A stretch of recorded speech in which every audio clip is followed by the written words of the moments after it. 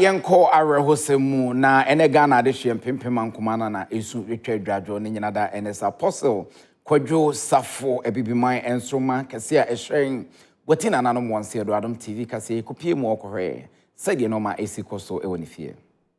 Eno ande nya ntie se Apostle Kwadwo Safo Kantanka akone krechi we ebusuano ne betu dwa wo chirimu a nano ejoda opanyi daya wansori na msoma ni yamane boni Kwadwo mensa brampa aba pra kopie mu ewo fie wono ma ebra kodu ye no esewani ense o ka kire omanfo pina no wono musun etwa ijajo eho ne ni dwumayefo bia wono mu ewo Star of Africa etwinkomo wono mu kire se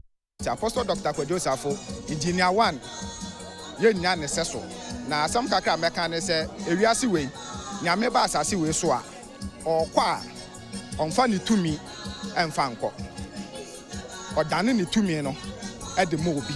me ba papa ho a me ye ne cameraman papa mfo ni dade nyina me na me hwehwe na me de aba ma ye de abesisi ho enti me ba na me ni papa di nkomo am se papa wo bla de ye ka se ye ka wo bla papa ye de mfi apem ye ntimi nka wo bla enwie oyobi odobia ofobia ye ne ma enipa ya papa hwe wo mo no se Ghana ha se bia mpanifo anyame atoto wo nsem hwe bi saa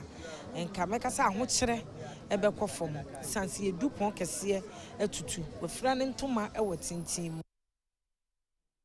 ye monwem ne enkohwe akra na brabo mu nsem sen ne sitie sen ene wo hyase a ene wo beda ne odutan kese a ewiase afa na nyina da enne enkanka Ghana de hye ye boni din no nti ye ko akra sei na brabo mu nsem esitie Dr. Kwadwo Safo dodo na friend the Star of Africa sei na brabo mu nsem etiem na dodo na friend Apostle Kwadwo Safo said ye nyina ye nim no ono oye Ghanaian inventor e ka so be inventor emfidi nyuma ade ma da ono atimi ye no de aba mountain said ye be ye wiase afa na nyina benya ho emfaso nti ono na de no ensamra ne omanfo de bo no e Star of Africa said im dika kan esa ne nsa no adwuma nwasem ene no ma na oyenti na ne nyina da mu no eye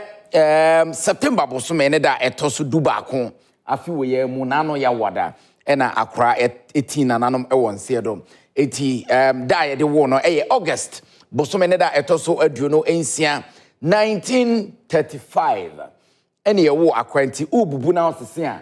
owo emfinhia aduokron pepepe September bosome se dem dika kan na no ya wada ne yante asem da fofia nto atano ato abamo de to anananom e wonse do eti yenhwe ne nchi ofri bekwai asantemantamu na oye auto engineer wasanso philanthropist obi an nsam ye wo chade wo yadoye empempem na no wahwe wo mu na bioso no baby a oko school Ghana Technology University ho na kwa oko school na yenhwe na brabo mu nsam sei enetie 1960 and 1970 emu baby ena opanyini wo hyase so oye adwuma wo hyase so oye nyamedwuma se wo sofo ena wo chenkofo nso adwuma wo sa ete Kristo asafo ema asafo na enam so atete nipa bebrebe a chese dodo na no mo ka abibiman yesom ene ko ebefa so ebetimi ehu haye hu kanea no eno ena no mo che ena ebio nso no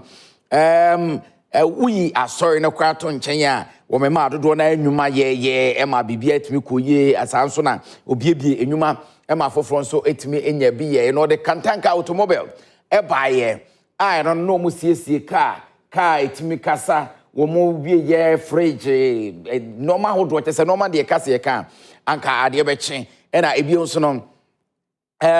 ne cars na ebi aye se SUV bi saloon cars ne ade chese na ne cars na efepa na ne cars na efepa aprebi ade a no wo ka ene se opade ofi na wanya bia na akomontintin ke be yanka ye hwe bibia emfa emfrifie eti ne normal hodo a oyeye Kantanka normal ne kase ye kanka de be chinti emu nsam eno no akra nyame fa ne kra ensie ye Apostle Kwadwo Safo out wana nano monse do na no ya wada emu nsam eno no medidi obi